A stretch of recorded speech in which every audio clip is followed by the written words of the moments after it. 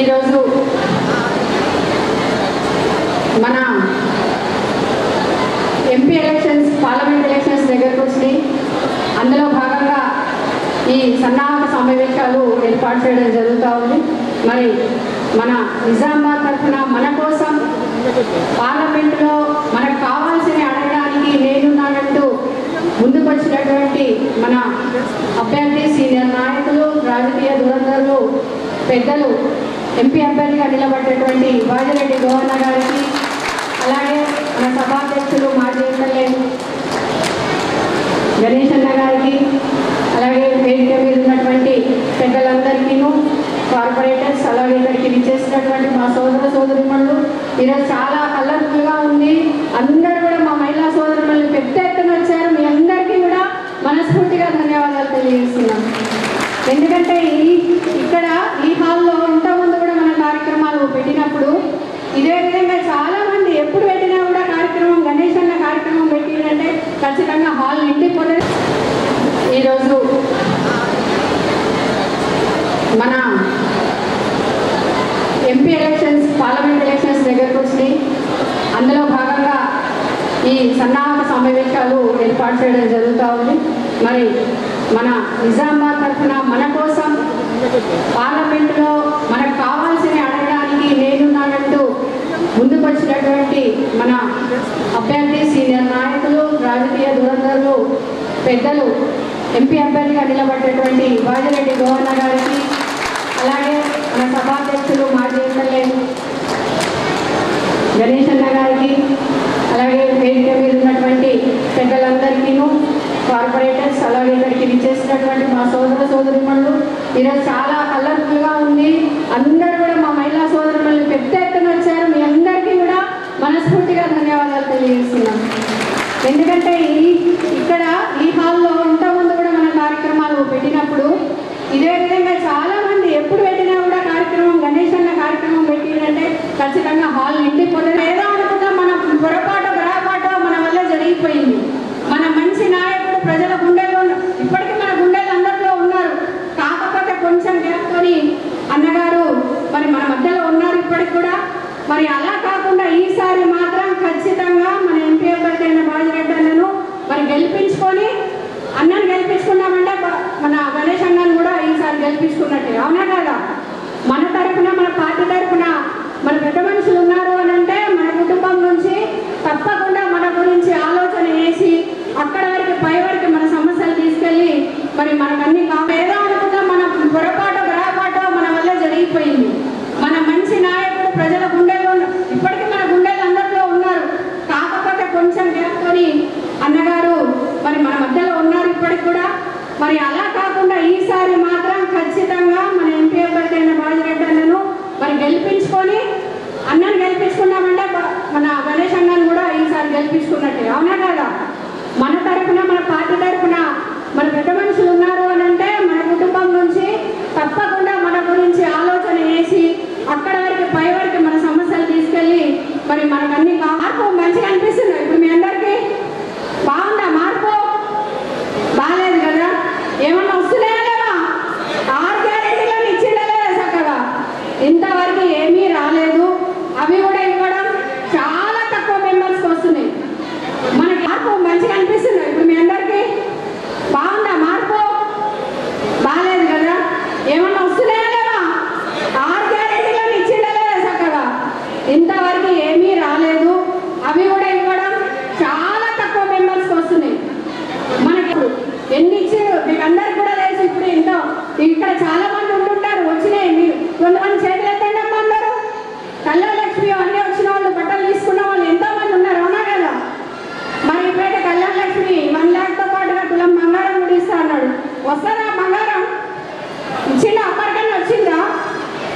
6 గ్యారెంటీలలో bus ప్రయాణం ఒకటి, అది కూడా కొట్టుకొని అందరూ కూడా పరేషాన్ అవుతున్నారు. కాకపోతే దానివల్ల కూడా ఆర్టీసీని మొత్తమే ఉంచేసింది.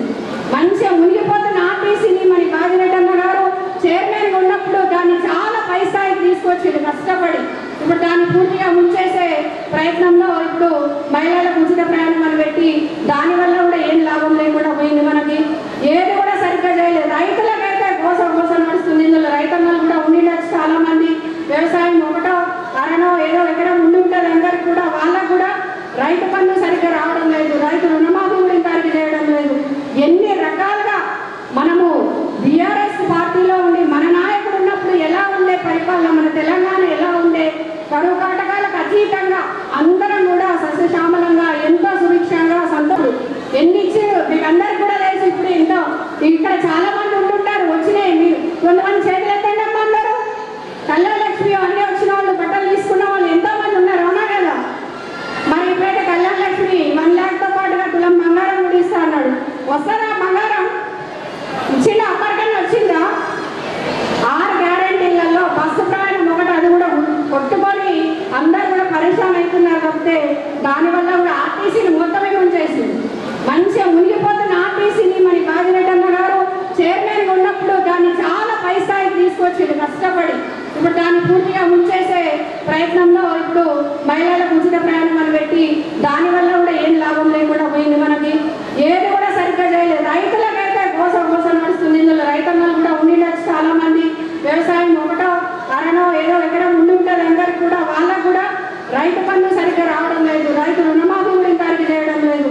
ఎన్ని రకాలుగా మనము బీఆర్ఎస్ పార్టీలో ఉండి మన నాయకుడు ఉన్నప్పుడు ఎలా ఉండే పరిపాలన, మన తెలంగాణ ఎలా ఉండే, కరువు కాటకాలకు అతీతంగా అందరం కూడా సస్యశ్యామలంగా ఎంతో సుభిక్షంగా సంతోషంగా మనం బీఆర్ఎస్ పార్టీ నుంచి ఎంపీ అభ్యర్థులను గెలిపించుకుంటే మళ్ళీ మన పార్టీకి బలం వస్తుంది.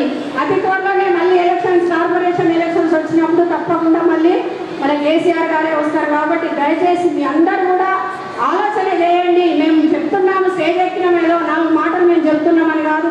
దయచేసి మీరు కూడా ఆలోచన చేయాలి. అందరూ కూడా ఆలోచన చేసి ఈసారి సరైన అభ్యర్థికి ఓటు వేసి, మీ అమూల్యమైన ఓటును వేసి ఓటుని సార్థకంగా వేసుకోండి దయచేసి. ఎందుకంటే ఒక వ్యక్తి, ఒక నాయకుడిని మనం ఎన్నుకున్నామంటే ఆయన ద్వారా మనకు 10 పనులు కావాలి. అయితేనే కదా మనం వేసిన ఓటుకు ఒక అర్థం అనేది ఉంటుంది. ఆ అర్థాన్ని మనం చేసుకోవాలంటే తప్పకుండా బాజిరెడ్డి అన్నాను భారీ మెజార్టీతో ఈసారి గెలిపించాలని కోరుకుంటూ సెలవు తీసుకుంటున్నాను. జై తెలంగాణ. బీఆర్ఎస్ పార్టీ బాజిరెడ్డి అన్న అంటే ఏ గుర్తమ్మా? కారు గుర్తు. మళ్ళీ మీరు ఎప్పుడైనా కన్ఫ్యూజ్ కావద్దు, కారు గుర్తుకు ఓటు వేయండి.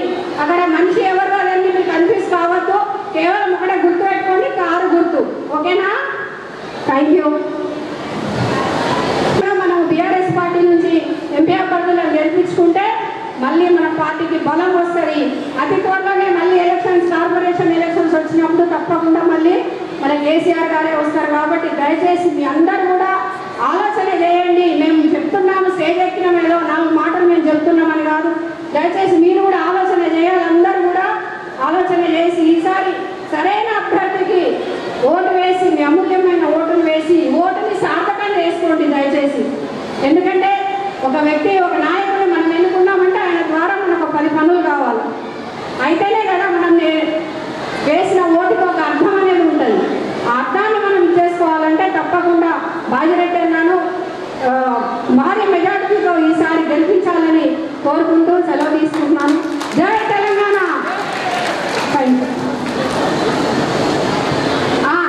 బీఆర్ఎస్ పార్టీ బాజిరెడ్డి అన్న అంటే ఏ గుర్తమ్మా? కారు గుర్తు.